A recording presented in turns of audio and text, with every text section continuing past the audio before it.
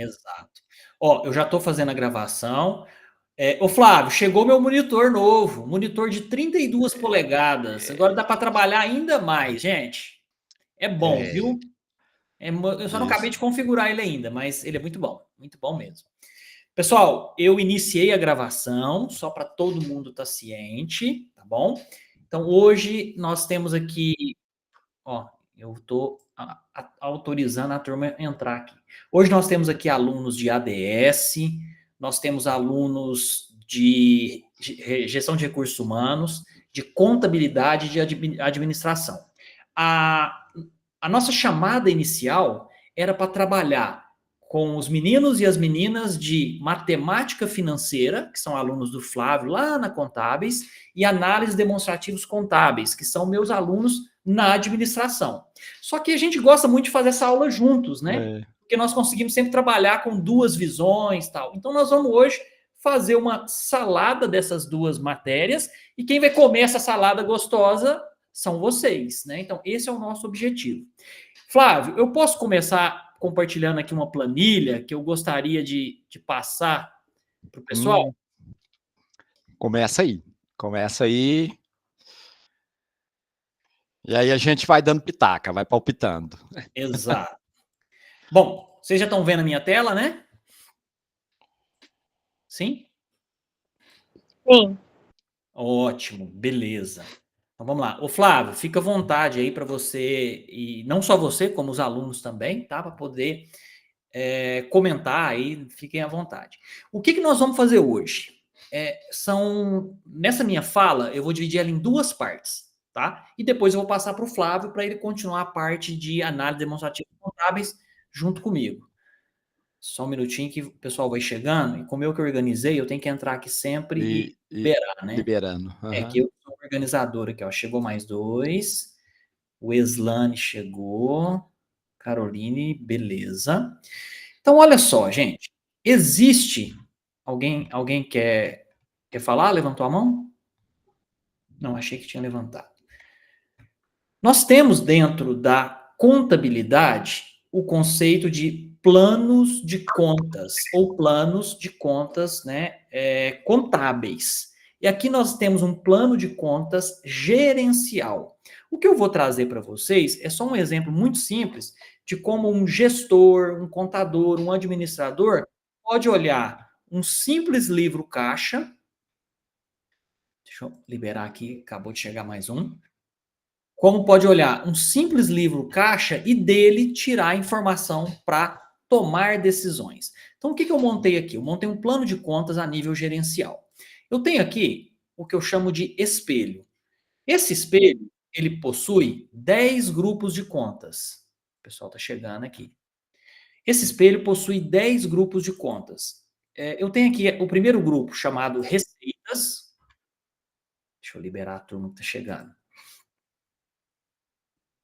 Receitas, e eu tenho mais 9 outros grupos de despesas.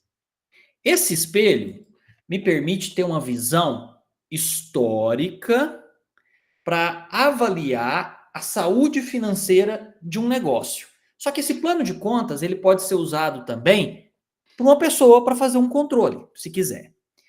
É importante a gente entender que quando eu olho para a saúde financeira, um gestor financeiro, nós temos essa fala, né? Ele não deve olhar a fotografia.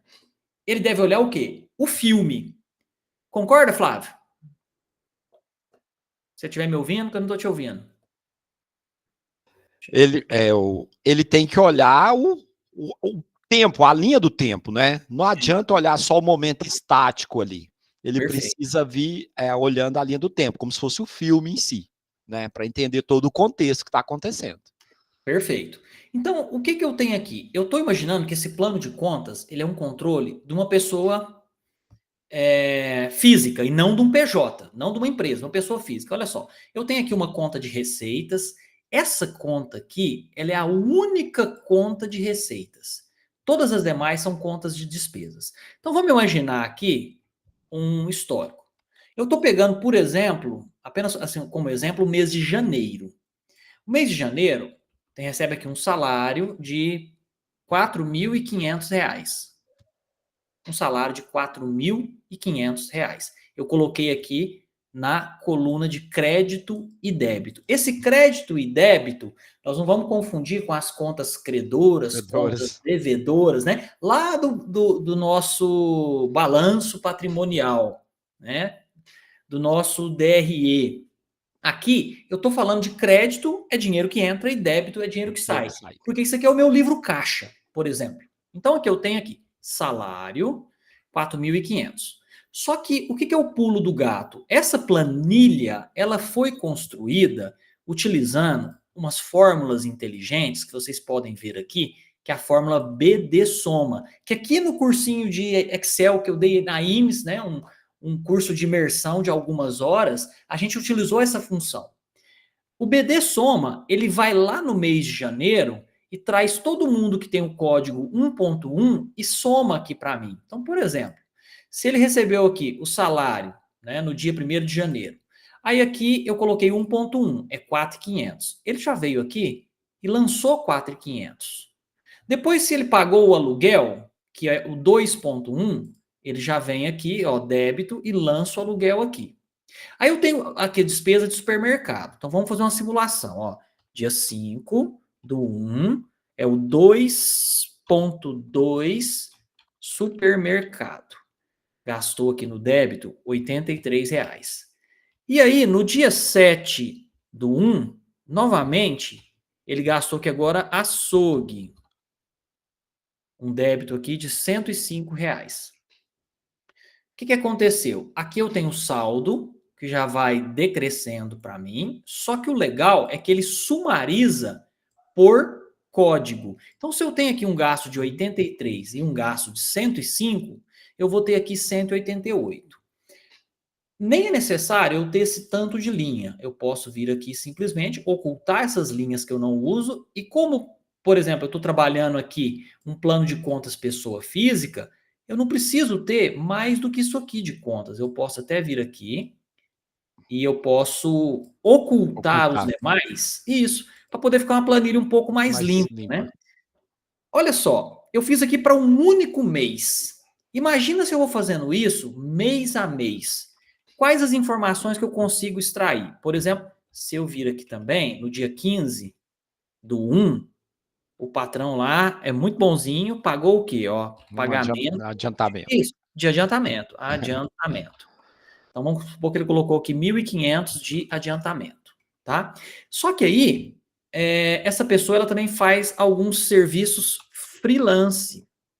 Então, ele pegou um site para fazer e no dia 21, 1.2, serviço. Recebeu aqui, por exemplo, R$ 700.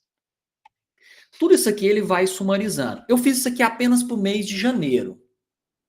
Se eu concluir isso no mês de janeiro, olhando só janeiro, eu tenho informação de total de receita, de despesas por categoria, e aqui embaixo eu tenho total de receita, total de despesa e o fluxo do meu caixa.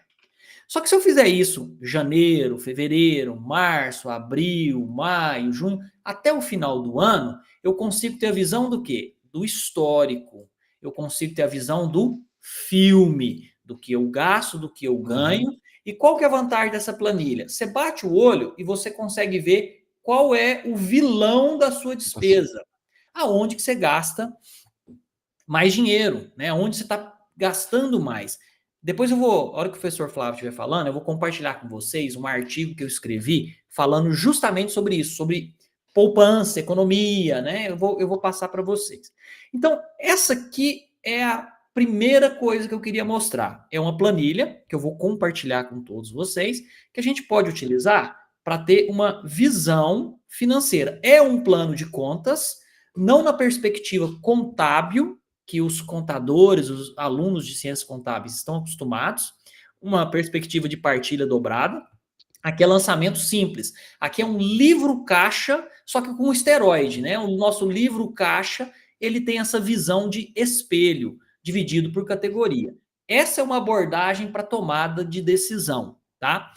Lembrando que para que eu possa tomar uma decisão de forma eficiente, forma efetiva, essa informação ela tem que ser verdadeira. Ou seja, eu tenho que ter assiduidade no lançamento das informações. A gente já cai até lá para as bases da própria contabilidade, né? Se eu não tiver informação histórica, se eu não tiver o registro da informação no momento que ocorreu aquele ato contábil ali, eu vou perder a minha visão. Então, o Flávio fala muito isso, né?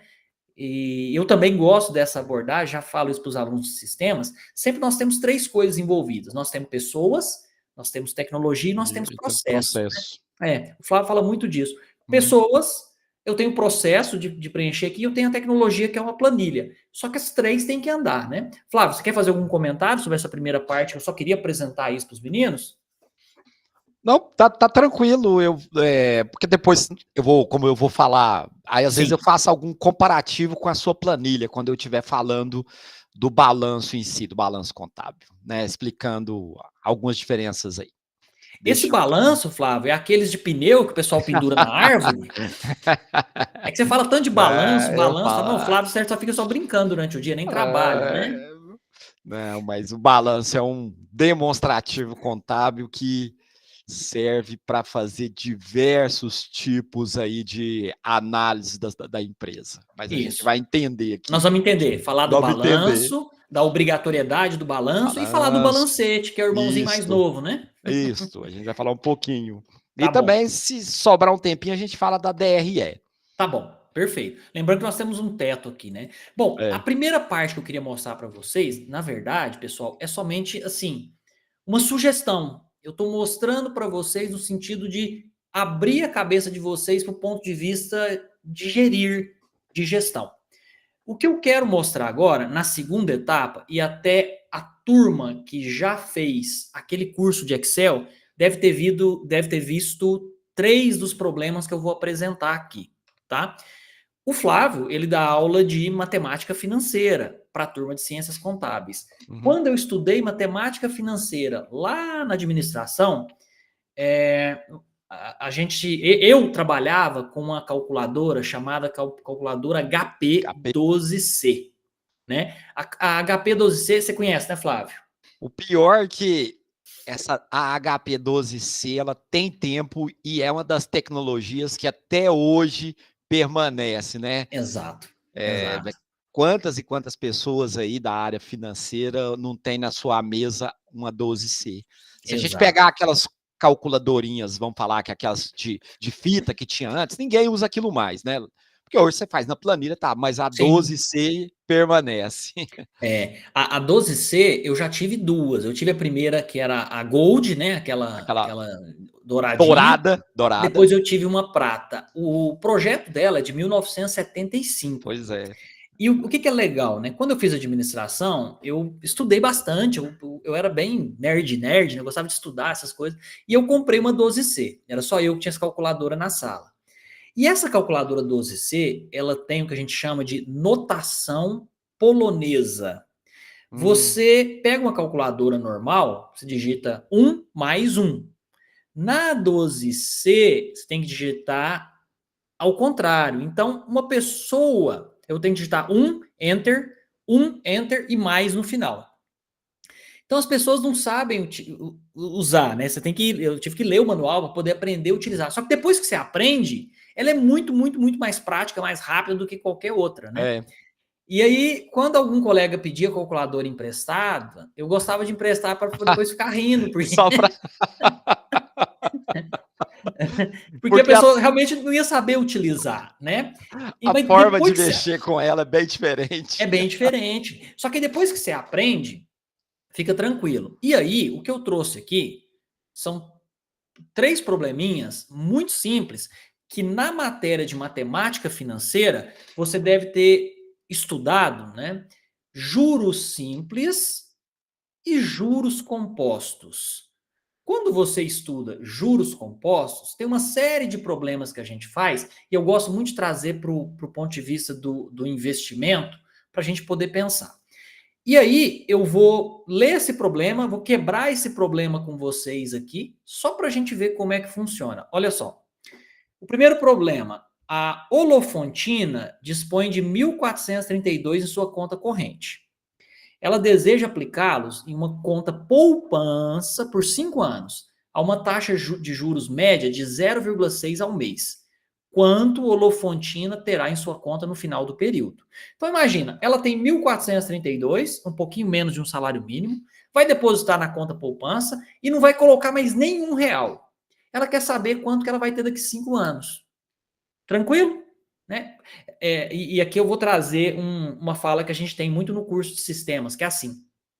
Às vezes o aluno quer tentar resolver um problema de sistemas e já começa a querer resolver muito rápido, mas nem entendeu o que é para fazer. Então, quando a gente fala de análise, análise é, primeiro, você entender o problema como um todo, depois você quebra esse problema. Para facilitar, eu coloquei aqui as grandezas, né, as variáveis mais importantes aqui.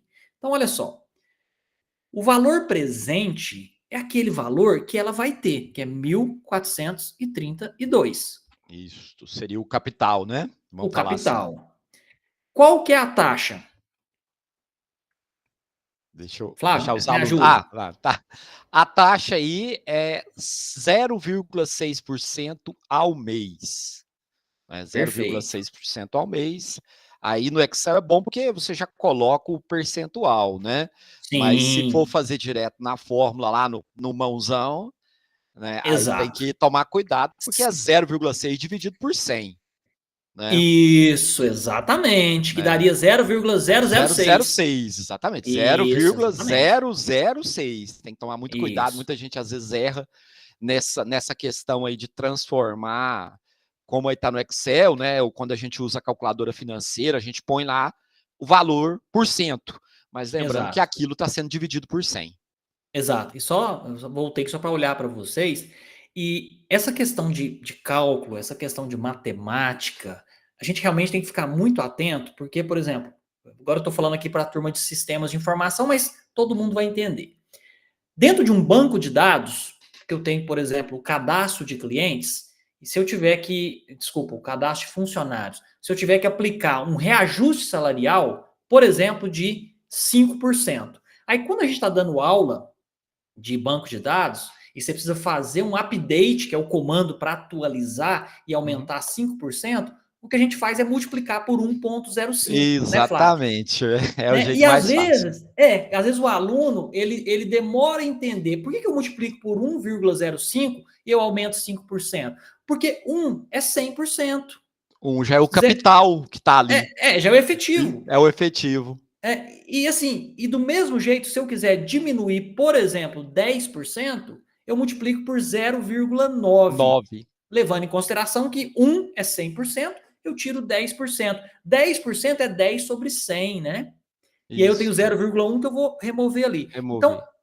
a gente tem que pensar com muito cuidado nessa parte de números, de matemática, de contabilidade, para às vezes você não cometer o erro por uma movimentação de uma casa decimal errada ali, tá? Mas deixa eu voltar aqui para a gente, eu não quero perder muito tempo aqui para passar para o Flávio.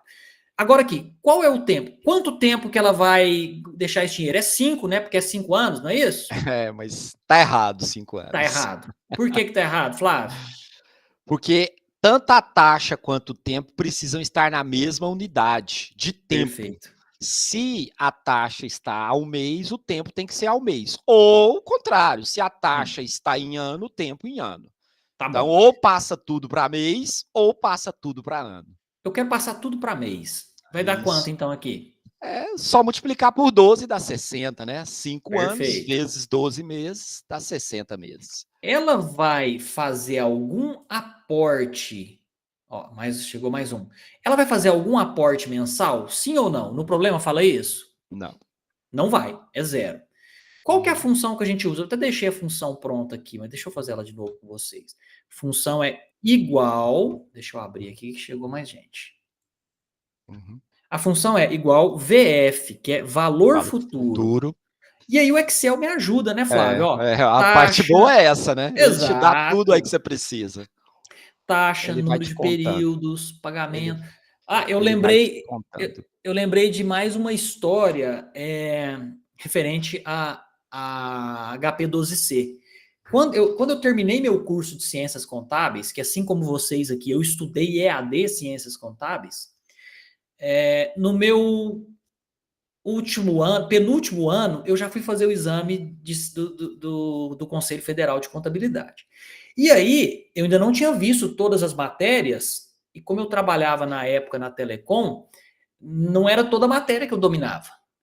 Só que eu sempre fui muito bom em matemática financeira. E eu era muito bom em português. E, salvo engano, não teve inglês, não. Era matemática financeira, português, contabilidade de custos e perícia contábil.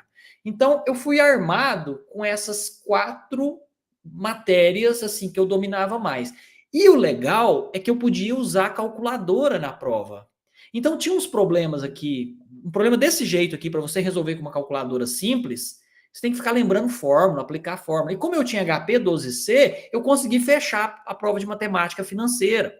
Então, assim, isso me ajudou. A HP 12C me ajudou nesse dia, né? Porque eu lembrei dessa história agora e o pessoal que está aqui vai passar por essa prova, né? Por essa prova do Conselho Federal. Hoje o meu registro não está nem ativo, né? Mas assim, eu passei.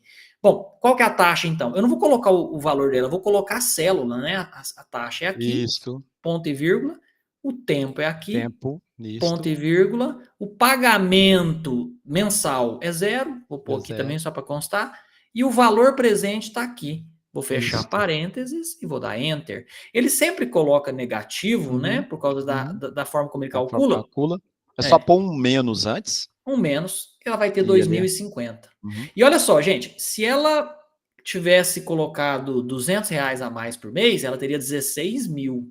Nossa, mas por que isso aconteceu? Vamos fazer uma conta bobinha aqui, ó. 60 vezes 200 mais 1.432, né? 60 meses colocando R$200 mais o inicial. É mais valor inicial. Aí deu 13 mil. Para que eu fiz essa conta, Flávio? Para saber quanto que ela ganhou só de juros. Só de juros aí, nesse período. R$3.000. E se ela tivesse pegado uma aplicação um pouquinho melhor, olha lá. E se eu tivesse aumentado o tempo, por isso que o pessoal aí da área financeira fala que nada bate o tempo, né? Do juro. O segredo do juro composto é o tempo. Quanto então, mais tempo, maior a rentabilidade aí. Maior a rentabilidade. Né? Eu li, acho que foi ontem, um rapaz falando que ele demorou 16 anos para chegar a R$250 mil investidos. E para ele chegar no R$1 milhão, ele levaria só 11 anos. Ou seja, ele gastou mais tempo na etapa inicial. Por isso que o pessoal fala que quem poupa, investe, os primeiros 100 mil são os mais difíceis, né? O Flávio, como já tem aí quase R$1 milhão ou mais, beleza. Bom, esse aqui é só o primeiro probleminha de matemática financeira. E aqui o objetivo que o Flávio e eu, a gente conversou para bolar isso aqui, né?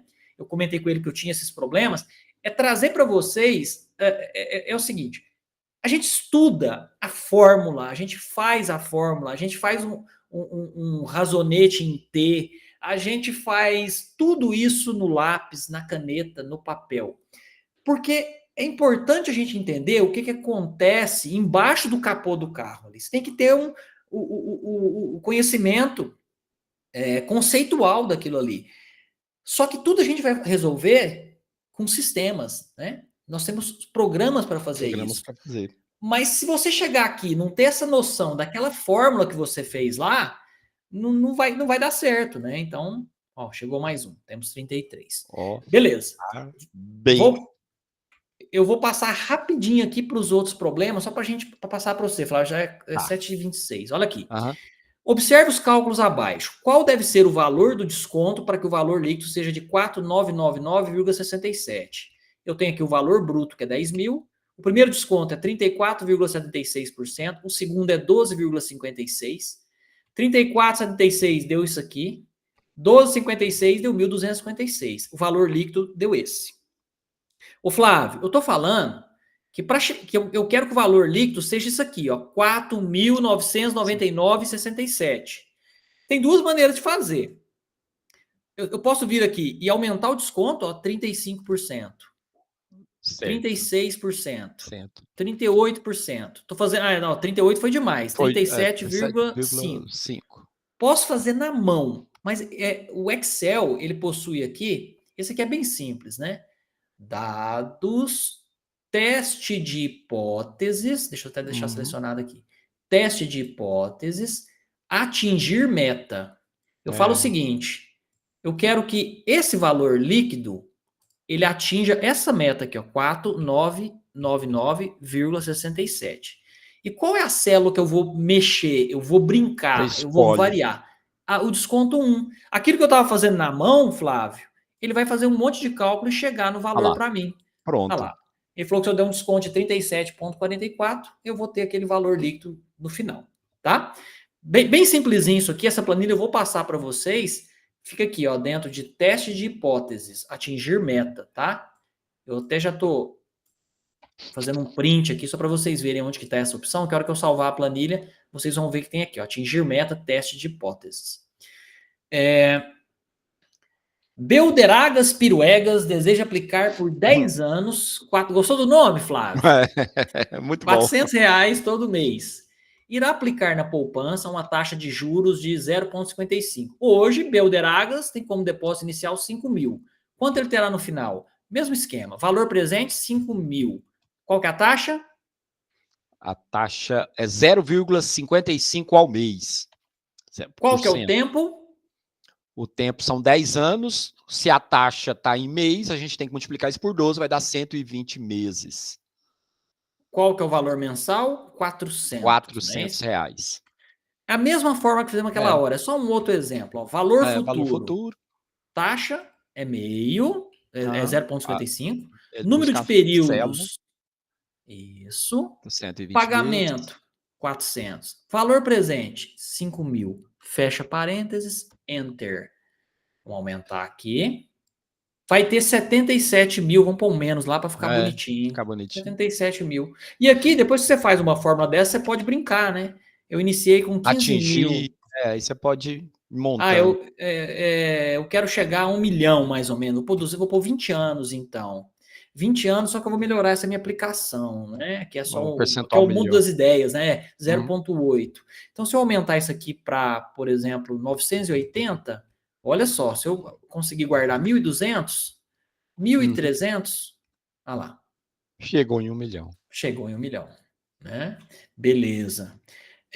O último problema, antes de passar para o Flávio, olha só. Quanto devo aplicar por mês para ter R$1 milhão em 25 anos, partindo de um saldo de 253 mil, considerando uma taxa de juro constante de 1%? Vocês estão vendo que agora é diferente isso daí? Então vamos lá. Qual que é o valor presente? Ele tem 253 mil, né? Isso. Qual que é a taxa? 1%. Qual que é o tempo? Bom, 25 anos vezes 12 vai dar 300. Qual que é o mensal? É o que eu quero descobrir. Qual que é o valor futuro? 1 milhão. Você quer chegar em 1 milhão? 1 milhão. Isso. Aí você quer saber quanto você tem que aplicar mensalmente para daqui 25 anos chegar no 1 milhão. Né? Eu vou colocar isso aqui, uma fórmula chamada pagamento. Calculo o pagamento de um empréstimo e tal. Vamos lá. Taxa. Qual que é a taxa? 1%. Ponto e vírgula. Número de períodos? 300. Isso. Ponto e vírgula. Valor presente? 253. Valor futuro? 1 milhão. 1 milhão. Quanto é que eu tenho que aportar mensalmente? R$ 3.196,90. Né? Você paga isso todo mês. Perfeito. Bom, deixa eu parar aqui para poder... O que eu queria mostrar para vocês com essa planilha?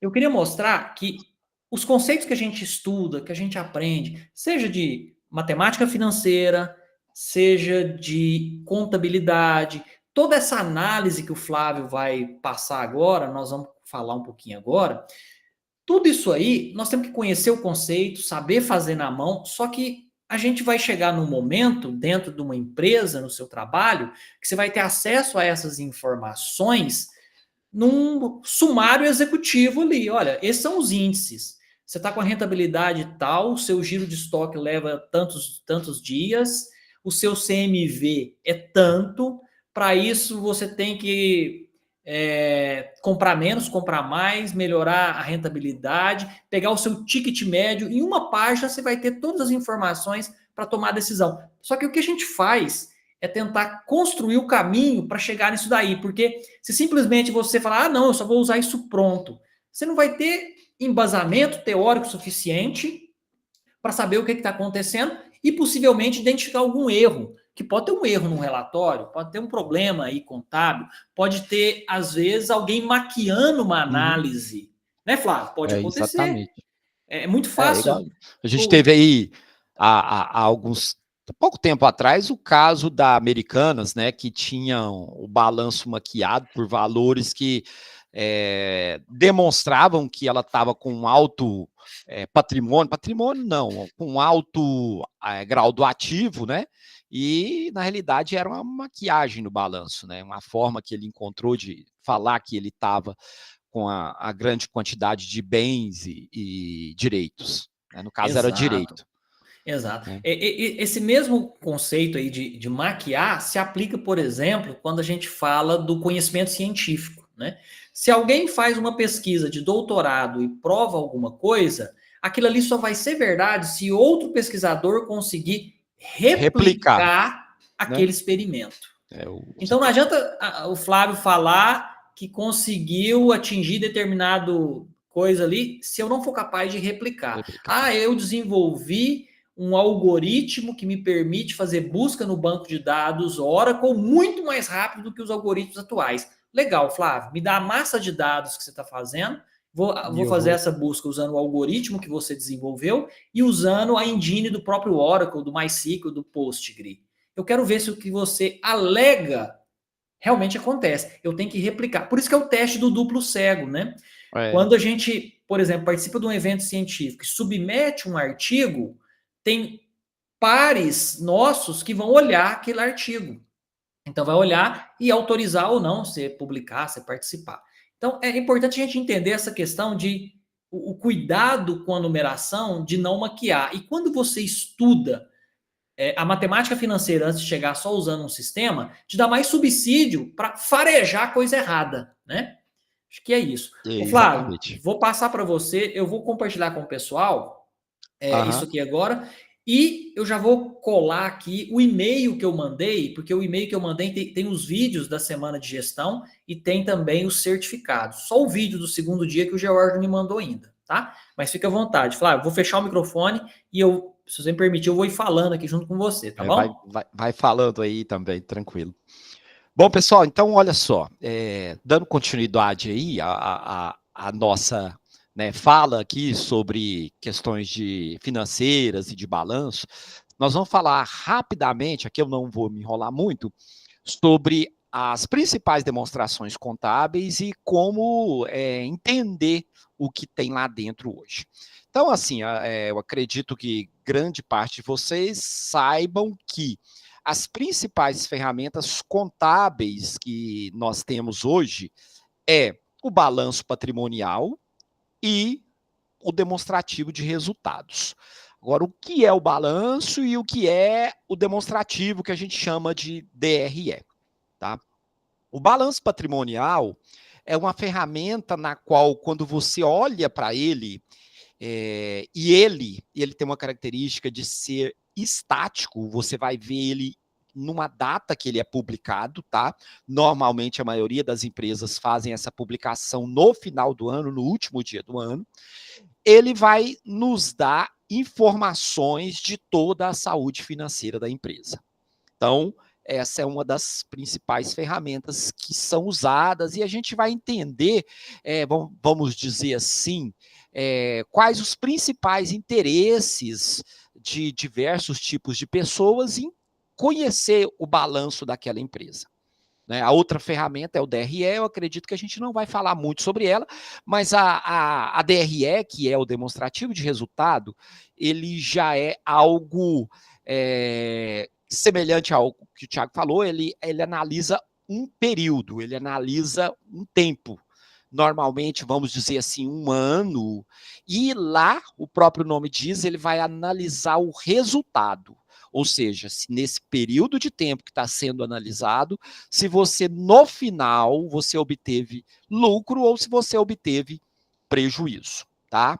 Então, são as principais ferramentas. Lembrando de uma coisa, se você olha para um DRE e vê que ele tem prejuízo, não significa que você tenha uma empresa com uma saúde financeira ruim, tá? Muita gente às vezes confunde isso, tá? Então, eu até já falei em outro momento aí, que quando você talvez analisa um DRE de um período, vamos dizer 6 meses, e olha lá, você viu que ela teve prejuízos naquele período. Aquilo pode ser uma estratégia de negócio onde ele está vendendo mercadorias, ou ele está produzindo, a empresa está produzindo mercadorias, ou vendendo serviços de acordo com o ramo de atividade da empresa, a valores mais baixos, mas para poder ali, com a estratégia de conquistar mais clientes. Então, são dois olhares diferentes. Você analisa o demonstrativo de resultado de um período para analisar se naquele período houve lucro ou prejuízo, e você olha o balanço de uma empresa de determinada data, normalmente no final do ano, para analisar a saúde financeira. Então, o balanço nos dá melhor, né? Se a empresa, vamos dizer assim, se ela está financeiramente bem, tá ok? Talvez lá, você olha o DRE, a empresa teve prejuízo, mas ela continua financeiramente bem, né? Eu até dei um exemplo. Vamos supor que um supermercado de grande porte, vem aqui, eu moro em Uberlândia, vem aqui para a cidade de Uberlândia, aqui perto de casa, por exemplo, abriu aqui um supermercado BH, e ele está fazendo umas promoções bem boas aqui, tá? Bem, assim, a gente nem acredita às vezes, né? Perto do supermercado, mas aqui perto de casa tem outros supermercados grandes, tá? E aí, de repente, ele está tomando prejuízo, mas isso nada mais é do que uma jogada de marketing, né, ou de uma estratégia financeira para angariar clientes. Mas vamos lá, então. Então, falando rapidamente do balanço, quais são os principais interesses de você olhar o balanço? Primeiro, vamos falar assim, ó, o principal, os acionistas ou os donos da empresa, né? Quando ele olha o balanço, ele consegue avaliar como é que está a saúde da empresa, né? Que a empresa é dele, né? É dos sócios, e consegue ter um controle em si. Outra entidade que olha para os balanços da empresa é o banco, são os bancos. A maioria dos bancos, as instituições financeiras, elas normalmente sempre estão ali para poder financiar valores, investimentos, e ele olha para o seu balanço para analisar normalmente a sua capacidade de pagar. Muitas empresas têm investidores, né, principalmente as SAs. Por falar nas SAs, a gente está falando aqui, a lei que norteia a forma como criar, como desenvolver o balanço e a DRE, é a lei das SAs, tá? Que é uma lei já um pouquinho antiga, que é a lei 6.404, e depois ela foi, vamos falar assim, retificada pela lei, ratificada, né, pela lei 11.638 e a 11.941, se eu não me engano aqui. Mas já quando você olha para os investidores, eles olham para o balanço para quê? Para ver se a empresa tá tendo dividendos, né? Porque quando o investidor normalmente investe e depois no final de um período contábil ele recebe dividendos do investimento que ele fez. Cliente, por que um cliente olha para um balanço de uma empresa rapidamente? Porque ele quer ver se a empresa tem capacidade de entregar o que ele está comprando. Eu vou lá, por exemplo, vou comprar aqui dessa empresa um lote de camisas, né? E vou revender na minha loja aqui. Se eu vou lá e vejo que a saúde financeira através do balanço dela não está legal, pode ser que ele não me entregue a mercadoria, né? Então, né, o cliente olha isso. O fornecedor é outra entidade que olha para o balanço da sua empresa. Por quê? Porque o fornecedor vai te vender mercadorias. E ele vai vender mercadorias para uma empresa que também tem, né? Ele vai conceder créditos. Normalmente ele vai fazer vendas a prazo, então o fornecedor concede crédito para aquela empresa. E é pelo balanço que ele vai dar uma analisada se aquilo está organizado ou não, se a empresa está boa ou não. E outras entidades, tipo funcionário, governo, né? O governo, então, gente, é aquele que sempre olha para o seu balanço. Para quê? Para pegar a parte dele, né? Porque quando você tem lucro, você tem que pagar o imposto para o governo, né? Lá no balanço, quando você faz a DRE, né, quando você faz a sua DRE daquele período, você reserva um espacinho lá só para calcular o valor das provisões, provisão tanto para o imposto de renda, quanto para a contribuição social. Tá? A gente tem até uns nomes direitinho nisso nas DREs aí. Tá certo? E até o concorrente, seu concorrente, a empresa concorrente, olha para o seu balanço também talvez para analisar a sua estratégia de negócio ali, para ver o que você está tentando fazer com isso. Bom, minha tela, né, no final das contas, minha tela está compartilhada aí, acredito que vocês estão vendo. Então, o balanço hoje, como é que ele funciona? São duas colunas, a coluna do ativo e a coluna do passivo. Isso aí a gente já falou bastante. O ativo é o conjunto de bens e direitos da empresa. Então, quando você olha para o lado de cá, ó, a coluna do ativo, onde a gente tem aqui ativo circulante, não circulante, a gente vai falar um pouquinho sobre isso depois. Aqui é tudo que a empresa tem de bens e direitos. Então, é tudo que ela tem de mercadoria para revender, é tudo que ela tem de investimento, é tudo que ela tem de imobilizado, ou seja, do que ela de carros, de prédios, de tudo que ela tem em si. Então, teoricamente, tudo que representa os bens e os direitos estão na coluna do ativo, ou seja, é tudo que representa dinheiro, é tudo que representa dinheiro que você está ali, né? Então você olha para essa coluna para quê? Para ver como é que está, né, ali a questão do dinheiro ali, realmente, tá? Já o passivo, que está do outro lado, ele é dividido em duas partes. A gente tem o que a gente chama de passivo e o patrimônio líquido, tá? O passivo são as obrigações, ou seja, no passivo está registrado tudo que você deve, tá? Tudo que você deve, ou seja, tudo que você precisa pagar para alguém. E, no final, o patrimônio líquido, o que ele está registrando ali? O patrimônio líquido, na realidade, ele mostra realmente o que foi investido para poder constituir essa empresa. Então, quando você olha para o capital social, que você vê um valor, esse capital social significa que alguns sócios se reuniram, ou às vezes até uma pessoa única se reuniu e injetou um dinheiro, e esse dinheiro foi transformado em valores, em dinheiro em banco, em patrimônio, através de prédios e carros, e imobilizado, em estoques para revenda. Então, o patrimônio é isso, tá? E aí, quando você olha para o ativo, se você observar, você tem algum formato. Toda empresa que você vai olhar o balanço, ele está assim, ó. Na coluna do ativo, ele começa pelo ativo circulante. Ele sempre começa pelo ativo circulante, que é esse aqui, ó. Né? E depois ele vai para o ativo não circulante, no final, se tiver, ele vai para os outros ativos. Mas por que todo mundo faz assim? Isso está demonstrado nessa lei das SAs, na 6.404.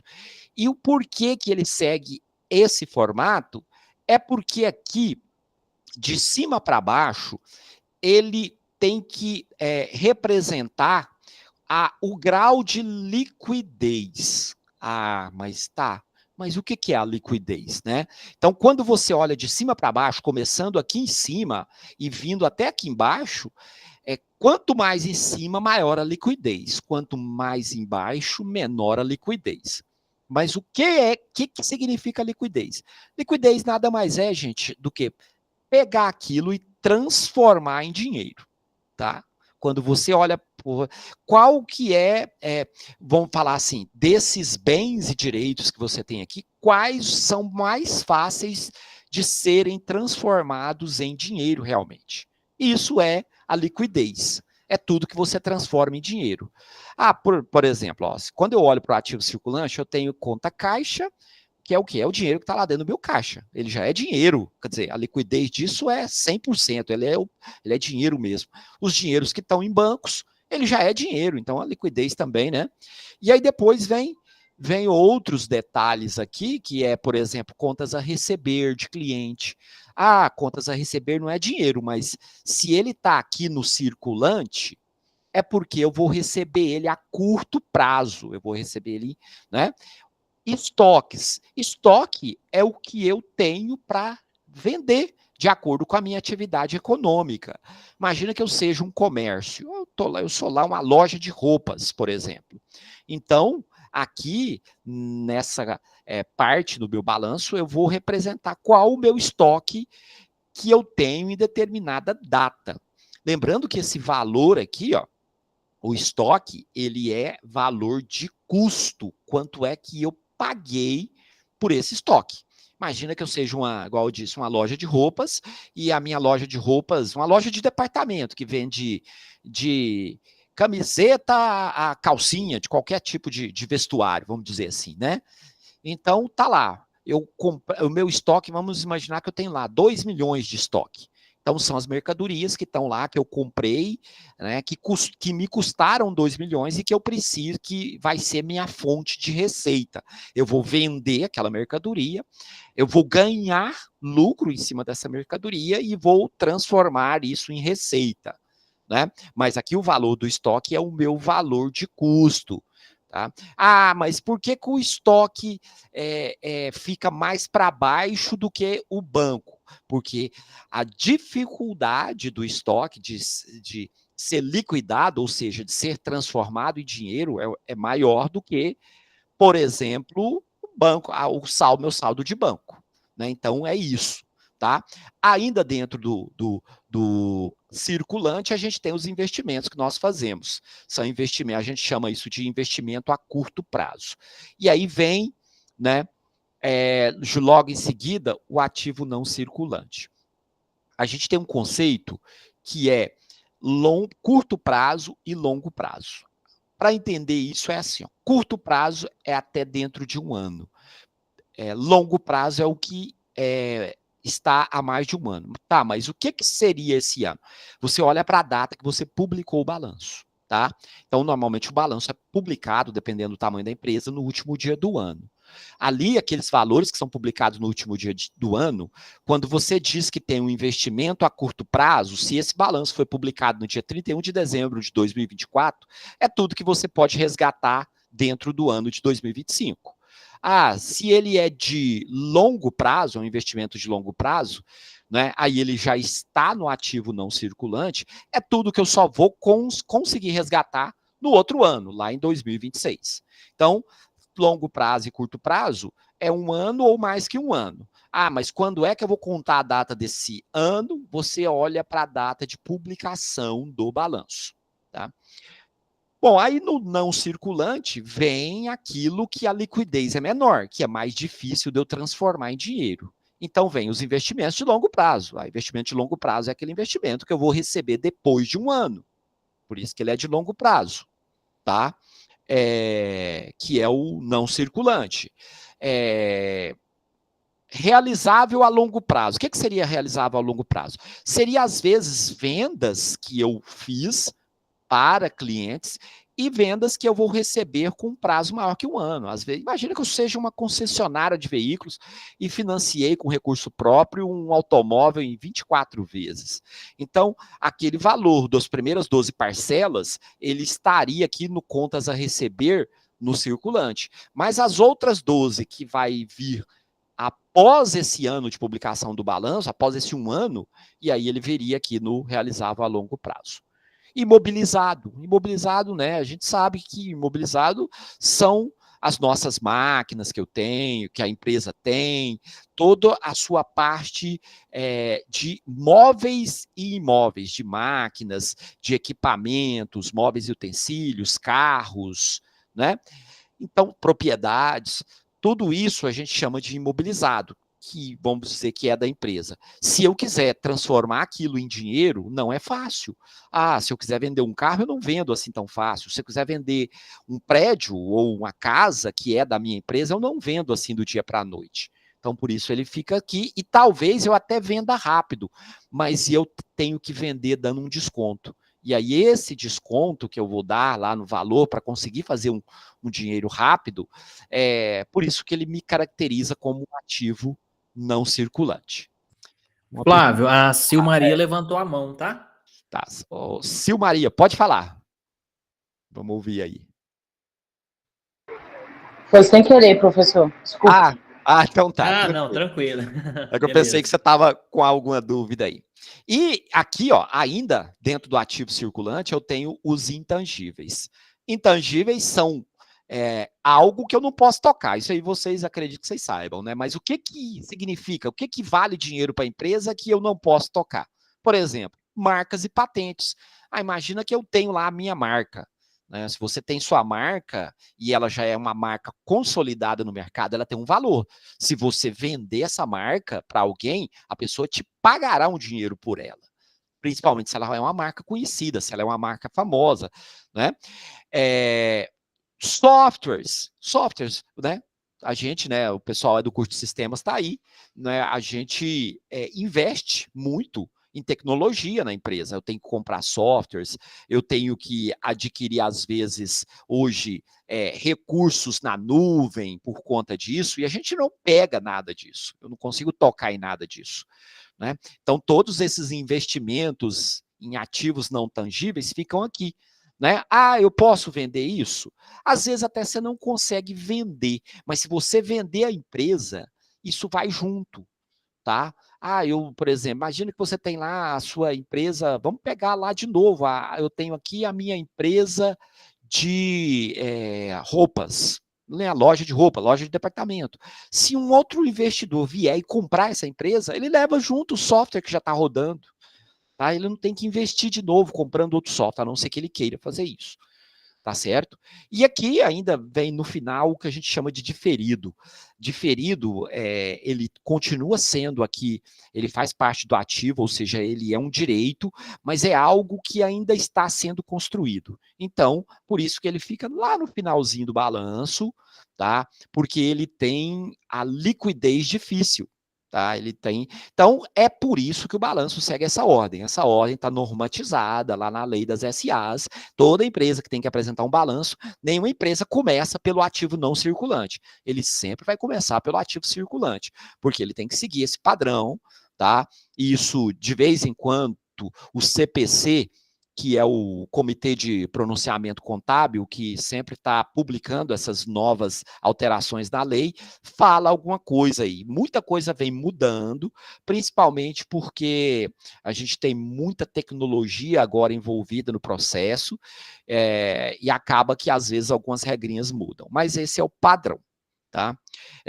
Do lado do passivo, aí eu já tenho as minhas obrigações, ou seja, é tudo que eu tenho que pagar.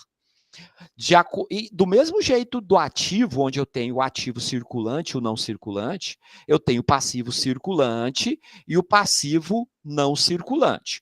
O circulante é aquele que eu tenho que pagar a curto prazo, tá? Circulante é o que eu tenho que pagar a curto prazo, ou seja, no prazo de 1 ano da data de publicação do meu balanço. Tá? Então, aqui entra quem? Contas a pagar, normalmente meus fornecedores, né?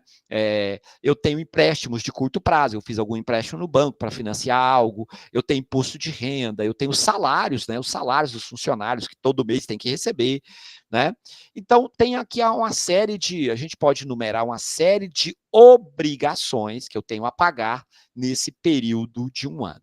Quando eu digo o passivo de longo prazo, é a mesma coisa que passivo não circulante. Não circulante são minhas dívidas de longo prazo.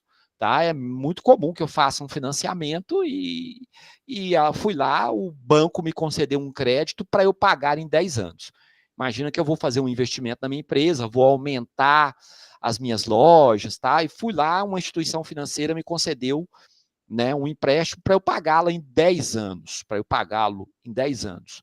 Então, as primeiras 12 parcelas estarão aqui no passivo circulante dessa dívida.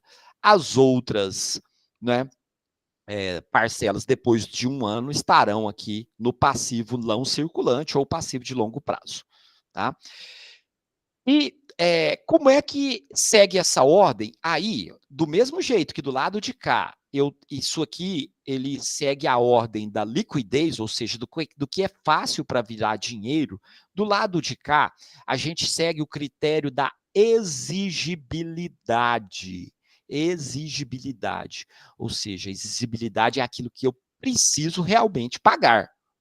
Então, o passivo circulante é aquilo que eu tenho que pagar rápido. Né? Quer dizer, ele é exigível mais rápido. O salário dos meus funcionários eu preciso pagar todo mês. Eu não posso esperar 2, 3 meses para pagar. Eu tenho que pagar todo mês. Meus fornecedores, eu tenho que, normalmente, as parcelas são mensais, eu tenho que pagar todo mês. Então, esse é um exigível mais rápido, tá? Agora, os financiamentos de longo prazo eu posso esperar, né? E o patrimônio líquido, por que ele fica aqui embaixo? Olha só, o patrimônio líquido, ele, seguindo o critério de exigibilidade, ele não é exigível. Ah, mas como assim não é exigível? O patrimônio líquido, na realidade, ali está quem? Está o capital social que os sócios da empresa fizeram investimento para constituir a empresa. Ou seja, a não ser que você vá fechar a empresa, você não tem que devolver o capital. Ou seja, ele não é exigível. Você não vai devolver, né? Imagina, até na nossa situação que a gente fez aqui, a gente montou que 4 sócios constituíram a empresa nas nossas aulas passadas.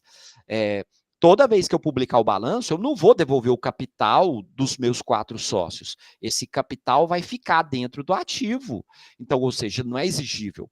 Reserva de capital. Reserva de capital, o que é?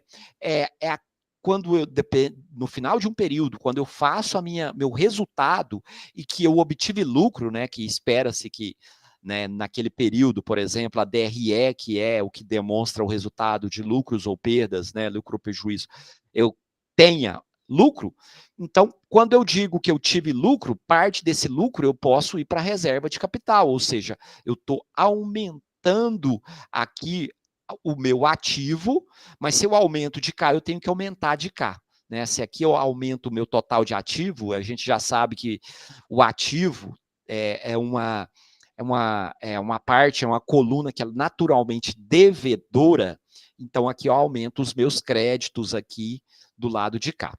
Então tá, o patrimônio líquido nada mais é do que o que não é exigível, ou seja, eu não tenho que pagar o que está no patrimônio líquido, tá? Então, beleza, entendemos como é que funciona essas colunas, tá? Eu não vou entrar muito no conceito de debitar e creditar para a gente não se estender aqui, tá? Mas a gente... Flávio, e só lembrando que todos os conceitos de débito e crédito, conta credora, conta devedora, estão nas 2 outras aulas que nós ministramos. E eu até já mandei por e-mail para o pessoal, e aí, juntamente com essa terceira aula, que a gente fecha esse raciocínio, depois eu vou mandar novamente para todo mundo, tá? Então tá tudo lá já explicado. A gente exercitou bastante, principalmente na primeira, né, Flávio? Na primeira, principalmente na primeira aula, né? Aí, pessoal, então olha só, só para a gente entender, à medida que você vai fazendo os lançamentos, todo o lançamento contábil, ele ou tem uma característica onde ele me representa vamos dizer assim, algo que eu estou ganhando ou uma despesa que eu estou tendo, tá? Às vezes, o lançamento pode até ser assim, ó, eu tirei dinheiro do caixa e depositei no banco. Aqui eu não estou ganhando nem perdendo, eu simplesmente fiz uma transferência de ativo para ativo. Mas, normalmente, os lançamentos são assim, ó, lançamentos que eu estou vendendo o meu produto e aí eu estou tendo uma receita, ou eu estou contraindo alguma dívida, aí eu estou tendo uma despesa, e quando eu vendo algo, esse dinheiro vai vir, né, esse direito a receber, ou o dinheiro, já que eu estou recebendo diretamente, vem para o ativo, em contrapartida, ele vai lá para a receita, lá na conta transitória. Tá?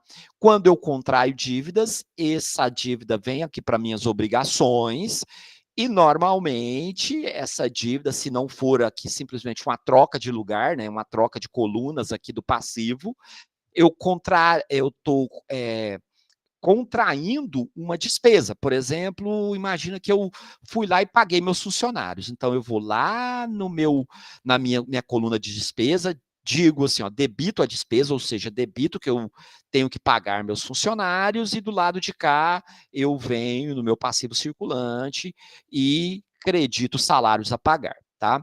Então, voltando a dizer, eu não vou entrar muito no mérito de débito e crédito aqui nesse momento, não. O Thiago já falou, a gente teve esse entendimento aí. Bom, acho que com isso a gente conseguiu dar um entendimento nessa ferramenta que é o balanço patrimonial. Então, por ele, quando eu olho ele, eu posso dizer algumas coisas. Por exemplo, onde é que eu estou investindo? Eu posso vir aqui, ó, e olhar aonde é que eu estou fazendo investimentos. Eu posso dizer como é que eu estou financiando o meu negócio, né? Aonde que eu peguei dinheiro emprestado. E eu posso, por exemplo, analisar qual a minha capacidade de pagar minhas dívidas, ou seja, se eu tenho capacidade de pagar as dívidas ou não.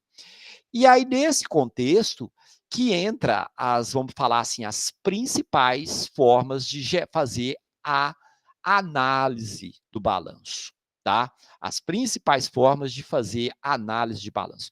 Então, eu vou começar aqui, ó. Eu vou simular algum valor aqui, ó, só para a gente dizer, ó. Vamos supor que eu tenho aqui, ó, 10 mil em caixa, tá?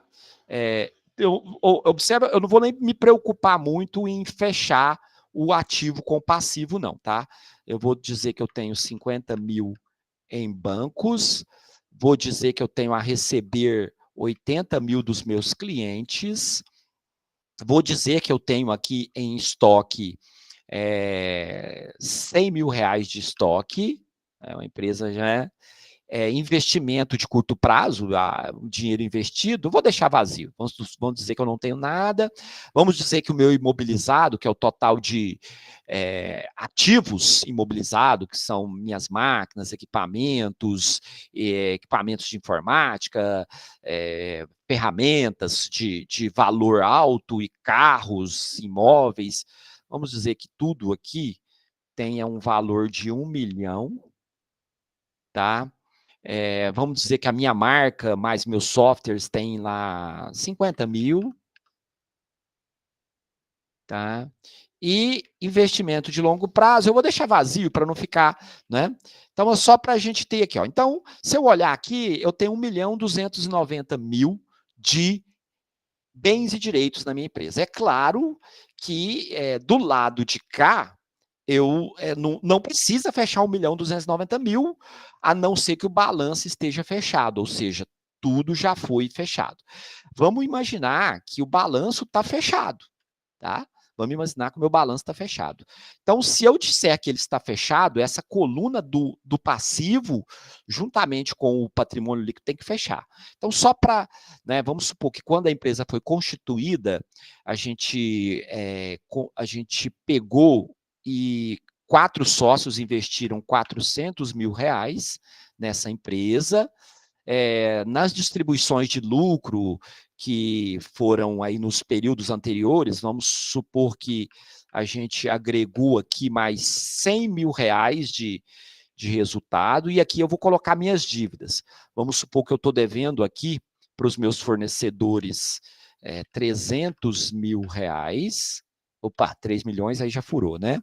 300 mil reais aqui.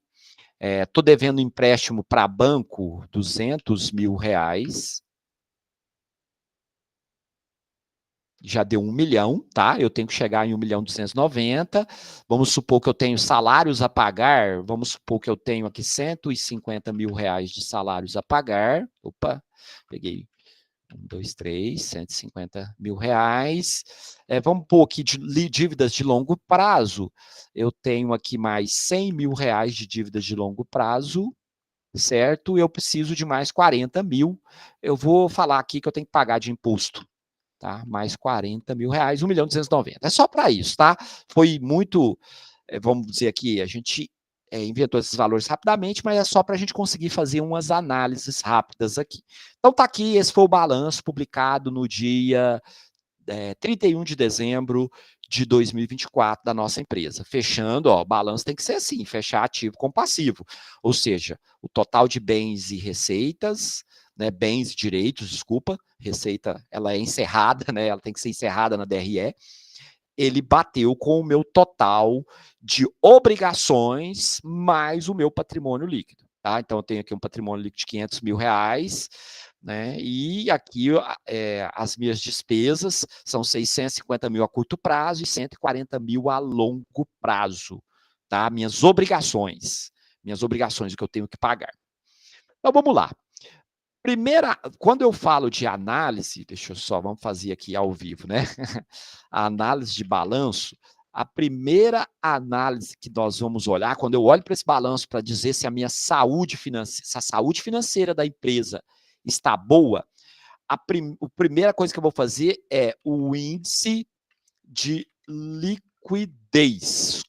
Índice de liquidez corrente. Vamos lá, gente. O que é o índice de liquidez corrente? Isso nada mais é do que a minha capacidade de pagamento, tá? Deixa eu só fazer assim, que eu acho que fica melhor. Aí. Então, ó, isso nada mais é do que a minha capacidade de pagamento. E aí, gente, para mim verificar a minha capacidade de pagamento, a gente vai fazer o quê? Ó? Eu vou pegar o meu ativo circulante, ou seja, aquilo que tem uma liquidez fácil, são aqueles dinheiros que eu consigo angariar rapidamente, tá? Vou pegar o total do meu ativo circulante. Então, ó, eu vou até usar o Excel aqui a meu favor, né? Eu vou pegar o total do meu ativo circulante e vou dividir isso aqui pelo meu passivo circulante, tá? Olha só. Quando eu fiz essa divisão, deu para analisar o seguinte, gente, eu tenho 240 mil de ativo circulante e eu tenho 650 mil de dívida. Às vezes, no primeiro momento, a gente olhava para esse balanço e falava assim, ó, essa empresa está boa, mas não está. De cara, a gente já começa a fazer uma análise assim, porque ela tem só 240 mil de ativo circulante. E ela está devendo a curto prazo 650 mil. Se ela está devendo 650 mil aqui, é complicado. Se ela tem só 240 mil aqui, ela tem que transformar muito dinheiro para poder chegar nos 650 mil. Fala aí para mim, quem olhou para esse balanço de começo, só para a gente, né? Olhou para o balanço no começo e falou, tá bom esse balanço. Alguém olhou e imaginou que a saúde financeira estava boa? Né? Ou todo mundo já, de cara, quando eu montei, ele já percebeu que era uma saúde financeira ruim? Não? Ninguém falou nada, gente. Mas então, assim, às vezes, né? Tá vendo? Aparentemente parece sim uma bem ruim. Né? Então, tá vendo? Então, essa empresa tá com uma complicação. E vai ficar pior ainda quando eu vir para o segundo índice de análise, que é o índice de liquidez, vou pôr aqui, ó, liquidez seca. Índice de liquidez seca. Mas agora, o que é o índice de liquidez seca, gente? Aí, eu vou pegar o meu circulante, que está aqui, ó, tá? Eu vou pegar aqui, ó, vou até abrir um parêntese aqui para começar a fazer, ó, o meu circulante, tá? E vou diminuir os meus estoques. Por quê? Porque meu estoque é difícil de vender, eu não vendo o meu estoque do dia para a noite. Liquidez seca é aquilo que está só lá dentro dos bancos, onde eu posso realmente fazer dinheiro, tá? E às vezes receber a curto prazo, onde as coisas estão, né? Então, eu vou diminuir os meus estoques. O índice de liquidez seca, eu tiro os meus estoques. E aí, vou dividir isso agora, ó, eu vou dividir isso pelo meu passivo circulante. Olha que dureza. Gente, quando esses valores aqui, ó, estão... quando é que ele está bom? Isso aqui está bom, por exemplo, ó, a liquidez seca é boa, por exemplo, se o meu passivo circulante é maior que o meu ativo. Vamos supor assim, ó, vamos supor que o meu passivo circulante, que o meu ativo fosse R$1.000 e o meu passivo circulante, meu ativo circulante fosse 1.000 e o meu passivo fosse R$800, olha só, 1,25. Quando o índice é 1, significa que eu estou empatando. A minha capacidade de pagar é igual às minhas dívidas. Quando ele é maior que 1, significa que eu estou bem, tá? O índice de liquidez corrente, ou seja, ali eu consigo pagar todas as minhas dívidas e ainda me sobra dinheiro. Quando ele é menor que 1, tendendo a 0, significa que eu estou extremamente mal, tá?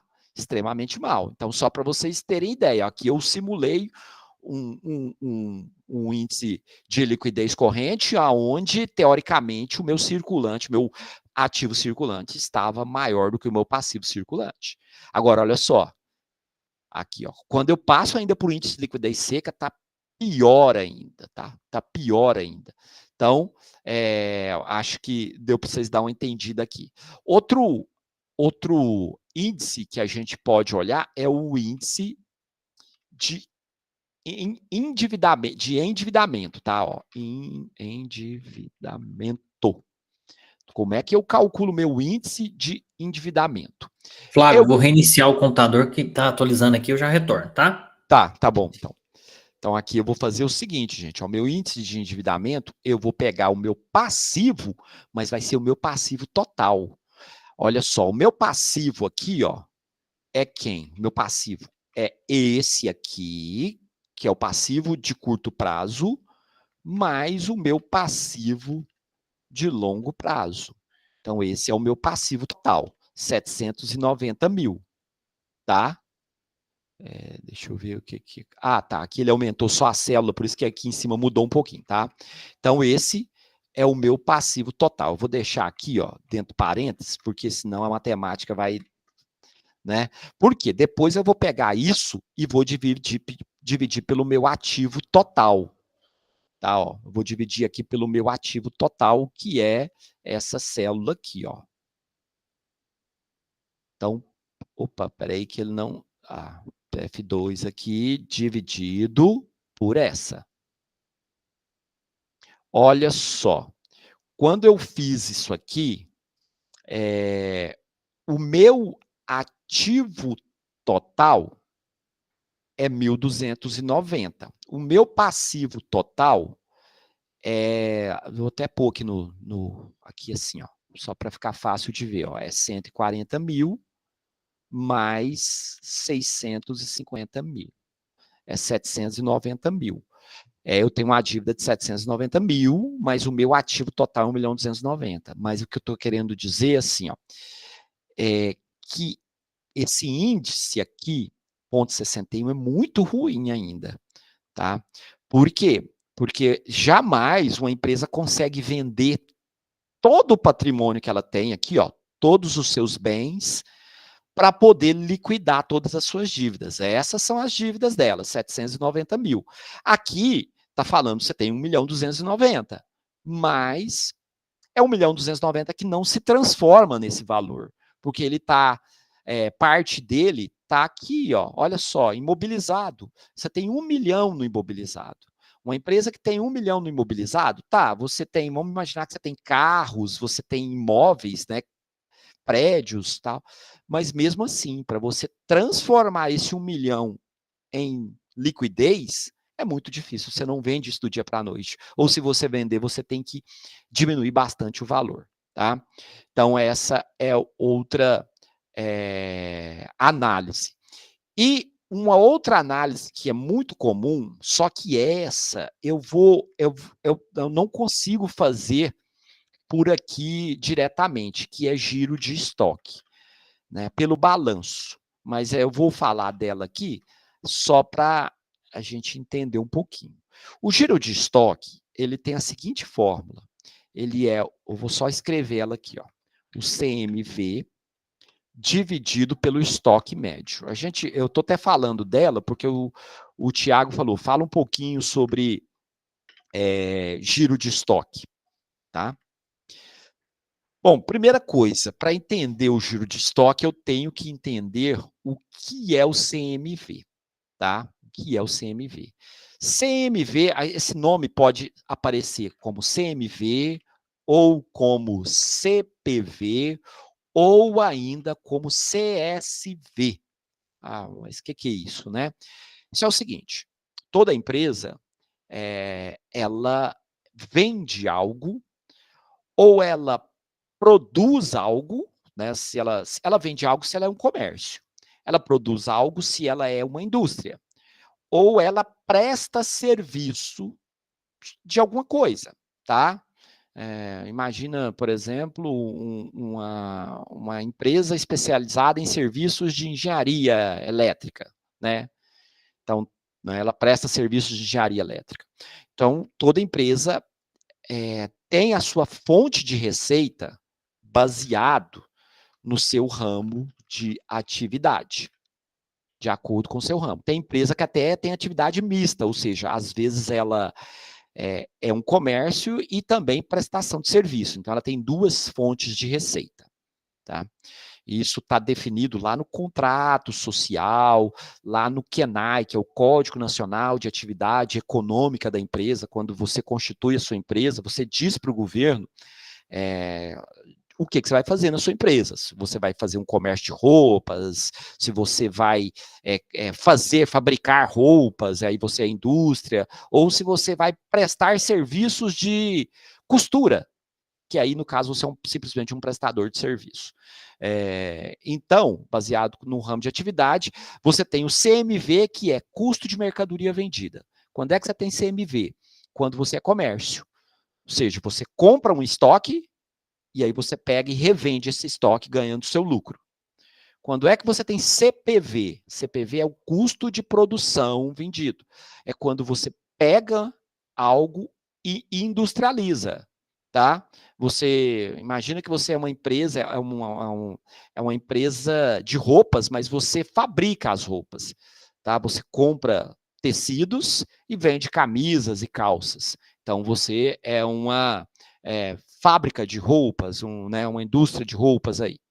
Você, né, está fabricando, aí você chama isso de CPV, porque a forma de cálculo é um pouquinho diferente. E CSV é o custo de serviço vendido. Então, CMV, custo de mercadoria vendida, CPV, custo de produção vendido, CSV, custo de serviço vendido, de acordo com o seu ramo de atividade. O custo representa uma despesa, tá? E para calcular esse CMV, a gente tem uma formulazinha. Acho que todos vocês, não sei se já ouviram falar, que a fórmula é essa aqui, ó. É estoque inicial, EI, que eu vou chamar aqui, que é o estoque inicial, mais compras menos o estoque final, tá? Para saber o CMV. Ou seja, olha só, entenda aqui comigo, ó. Quando você, vamos supor que você é um comércio, você vende roupas, você compra a camisa pronta e revende. Você é uma loja que simplesmente faz isso, você não fabrica. Então, você foi lá, comprou uma camisa por 100 reais. Vendeu a camisa por 150, você teve aqui 50 reais de lucro, tá? Então, eu quero que você entenda contabilmente. Quando você vende, você não diminui o seu estoque naquele momento. na maioria das vezes, o seu estoque, você foi lá e comprou 100 mil reais de roupas e agora está fazendo as vendas. À medida que você vai fazendo as vendas, você, às vezes, não diminui o seu estoque aqui. Ah, mas como assim? Você não diminui o valor financeiro. Você faz assim, ó. No final de um período, você vai lá e olha seu estoque inicial do começo do período. Vamos supor que lá no início do período, você tinha, vamos supor que você tinha 80 mil reais de estoque. E aí, no decorrer daquele período, vamos supor, no começo de um ano, você tinha 80 mil, no último balanço. Aí passou-se um ano. E aí, nesse ano, você foi lá e comprou mais 40 mil de estoque. E chegou no final do ano, você faz o quê? Você faz o inventário, que é contar o seu estoque.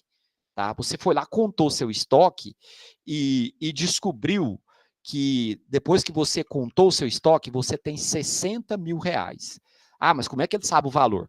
Porque aí você tem que ter o seu Cardex fazendo essa conta, tá? Depois não vou entrar muito nesse detalhe agora não, porque senão vai demorar muito. Mas, ó, se eu pegar 80 mil, que era o meu estoque inicial, mais 40 mil, que foi as minhas compras de estoque, menos 60 mil, que é o meu estoque final, se eu olhar aqui, ó, essa fórmula deu 60, eu vou até mudar um pouquinho aqui, vamos supor que eu sobrei com 70 mil, só para não ficar muito parecido, eu sobrei com 70 mil de estoque, então se eu sobrei com 70 mil de estoque, deixa eu só colocar aqui, ó, menos aqui, ó, opa, peraí, menos aqui, então eu sobrei com 50 mil de estoque, então, ó, esse aqui era meu estoque inicial, esse aqui foi minhas compras de mercadoria durante o ano que eu estou analisando, e esse aqui foi meu final. Então, esse aqui é o meu CMV, tá? Esse aqui é o meu CMV desse ano. Ou seja, é quanto me custou as mercadorias que eu comercializei. Então, não teve a ver com o meu comércio aqui, ó. Né? Não tem a ver com a contabilização do meu faturamento. Teve a ver com eu saber quanto eu tinha de estoque inicial no começo e depois contar o estoque no final do período e aí, né, descobrir. Então, quando eu olho para o meu CMV, aqui, ó, isso é o quê? Lá na minha DRE, a gente não está falando dela, mas é uma despesa. Quando eu vou demonstrar meu resultado, eu pego tudo que eu faturei, né, menos as devoluções, tudo que foi devolvido, menos o custo, ou seja, menos quanto aquela mercadoria me custou. Eu começo apurando a minha DRE por aí. Então, esse CMV é quanto a mercadoria. Então, quando eu olho para 50 mil aqui, significa que o custo das mercadorias que eu vendi durante o ano foi de 50 mil. Aí eu vou lá, pego 100 mil aqui, por exemplo, né, na hora de contabilizar. Aqui é porque já foi feita a conta. Mas aí, vamos supor que eu estou lá no final do próximo ano. Aí eu vou pegar esses 100 mil e diminuir 50 mil aqui, tá? Aí eu pego o giro de estoque, era o CMV, dividido pelo o estoque médio. O que é o estoque médio? O estoque médio é uma média entre o estoque inicial e o estoque final. Aí eu venho aqui, ó, pego assim, ó, 80 mil, que era o meu estoque inicial, mais o meu estoque final, que é esse aqui, e vou dividir por 2. Se eu fizer assim, dá errado, né, gente? Tem que pôr parêntese aqui, ó, né? Porque senão a matemática não dá certo, né? Porque senão ele divide primeiro. Então, ó. Então, tá. 75 mil é meu estoque médio. Então, quando eu venho aqui agora dá para me calcular meu giro de estoque. Ó. Eu vou pegar ó, o meu CMV, que foi 50 mil, e vou dividir por 75 mil. Aí sim eu tenho meu giro de estoque. Qual que é a interpretação disso aí? Quando esse valor é alto, esse valor aqui é alto, esse valor não está alto, ele tem que ser maior que 1, tá? Quando o valor é alto, ele indica que a empresa está vendendo rapidamente os produtos. Está vendendo rapidamente, tá? O que é positivo para o fluxo de caixa. Quando o giro de estoque é baixo, quando esse valor aqui está assim, ó, menor que 1, a gente diz que eu estou acumulando estoque, eu estou com excesso de estoque e não estou conseguindo vender, tá? Isso pode ser uma fonte de prejuízo já para mim, tá certo?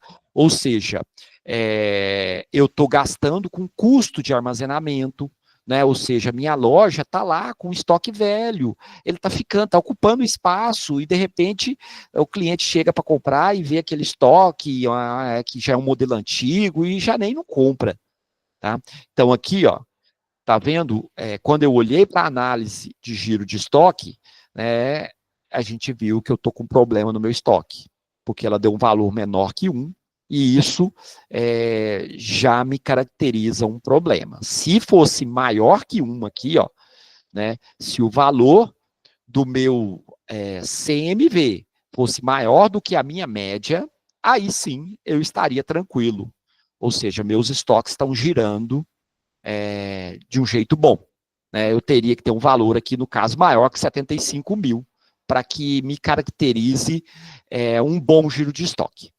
Tá? Flávio, parece que toda vez que a gente chega no final de uma aula, a gente já fala que vai precisar de mais uma, né? Porque já são 8h30. E você tem aula agora também. Eu tenho aula.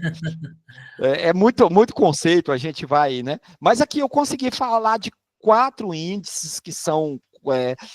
de propósito, eu fiz esse balanço aqui para mostrando uma empresa com uma situação muito ruim.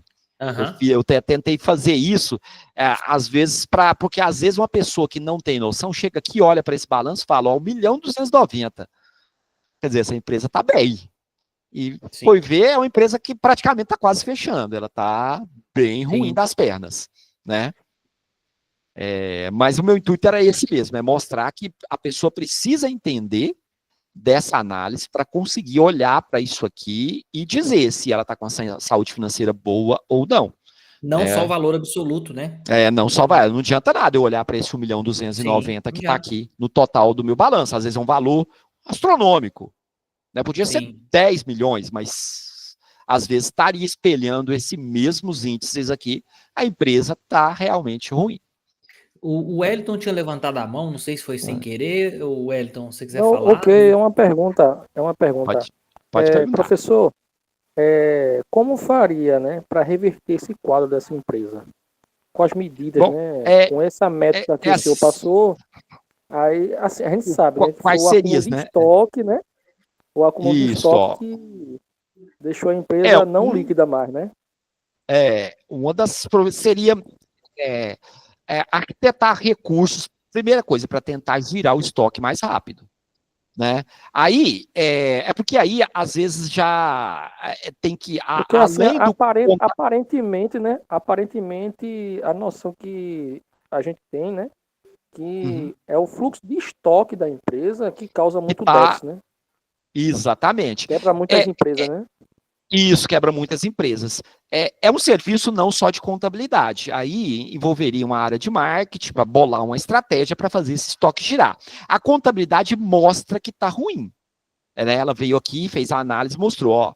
Mas a estratégia de melhorar isso, quando parte para a área, a gente já viu que o problema é giro de estoque. Né? O estoque está ficando amontoado, não está vendendo. E aí o que acontece? Aliar com o setor de marketing, ou contratar alguma pessoa de marketing para tentar, partindo do princípio que isso aqui é um comércio, tá? Para tentar melhorar isso aqui. Uma sugestão que o contador podia dar é o seguinte: essa empresa tem muito imobilizado, tá vendo? Ela tem 1 milhão de imobilizado.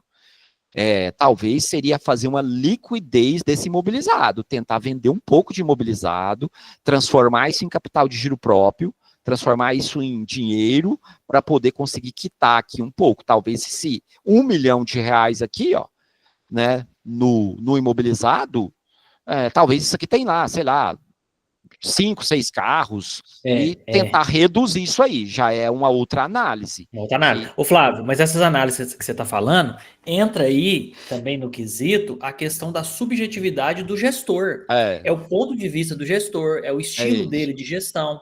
Às vezes ele não quer não liquidar o que ele tem de imobilizado. Isso, né? Ele não quer. A contabilidade tem esse papel, ele mostra a situação. Claro. Agora, a estratégia em si é papel do gestor. Perfeito. A estratégia em si é mais pro cara de administração e não pro cara da contabilidade. Por isso que ele precisa ter essa capacidade de analisar, né? Perfeito. Porque aí entra todas as variáveis de gestão da empresa. Tem toda vamos dizer assim, a estratégia de gestão em si. Cada gestor tem sua estratégia, e aí vem as técnicas de administração que, teoricamente, ajudariam nisso aí, né? Muito bom, Flávio. Bom, pessoal, era isso. Eu não vou me alongar muito. Assim, faltou. A gente poderia falar muito aqui ainda, mas eu acho que deu para ter uma noção, né? Uma noção do papel da importância desse balanço. A gente não falou de DRE, vê que a gente depois, no segundo momento, essa mesma análise que a gente fez aqui, montando o balanço, a gente pode fazer na DRE. Né? Eu fico aqui à disposição. O Thiago sabe que a gente sempre que precisa, né? Quarta aula, Flávio. Não tem jeito. Nós vamos ter que ter uma quarta aula, porque o que nós estamos compondo foram 2 aulas, essa é a terceira. Nós estamos compondo o conhecimento básico contábil que qualquer aluno que pegar na sequência essas aulas já vai ter aí um bom start, né? Um bom start. Dá um entendimento. Que a Janaína levantou a mão. Janaína, se quiser falar. Não, eu acho que tem que ter uma outra aula, sim. Não sei se você acompanhou as outras 2, né? Mas eu acho. Mas quem não acompanhou tá aí, né, Thiago? Tá disponível para assistir, né? Se a gente tiver uma outra aula, eu vou até descobrir quem que tá montando aquelas tirinhas suas, viu, Flávio? Beleza. Bom demais. Acho que o Márcio levantou a mão também. Pode falar, Márcio. Professor, um fermento para ajudar a empresa para crescer, né? Eu sei lá, para mim é uma sugestão que eu acho. Agora, só que eu não sei esse fermento, né? Entendi. As sugestões aqui para ela melhorar aqui. Eu não sei qual. É que eu falo, depende muito de estratégias administrativas. Eu estou falando aqui mais como um papel de contador, de analisar os fatos, de analisar o que tá, os números, análise de números, não das estratégias em si. Eu acho que talvez o Thiago tenha até uma expertise melhor nisso aí, porque... Muito mais complexo, né, Flávio? A gente consegue, com a contabilidade, mostrar ali o que está acontecendo, só que, assim, a decisão é do gestor, porque ele tem um conhecimento ali, vamos dizer, holístico, né? De tudo ali, né? É preciso que se tenha, que esteja dentro do ambiente ali para entender todas as variáveis que estão impactando. Aqui a gente teve uma noção de estoques, de giro de estoque, mas às vezes não é só isso.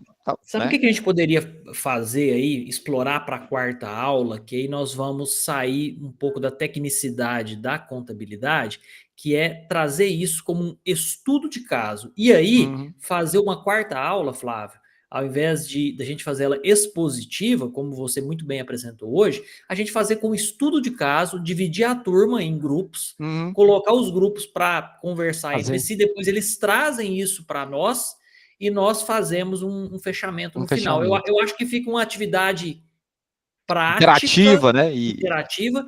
E aí, se você tiver disponibilidade, Flávio, que eu dependo mais da sua agenda também, né? Que você dá aula em outras instituições, para a gente fazer isso na próxima semana, talvez nesse mesmo dia, na quinta-feira, vamos depois estudar, ou na próxima semana, ou na outra, a gente faz isso, que eu acho que vai ser bem legal aqui para a turma.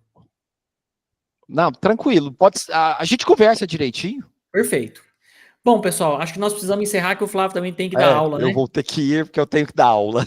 Tá bom. Gente, obrigado. Eu que agradeço. Foi um prazer estar com vocês. Flávio, muito obrigado, foi muito bom. A gente continua aí na próxima oportunidade, provavelmente semana que vem.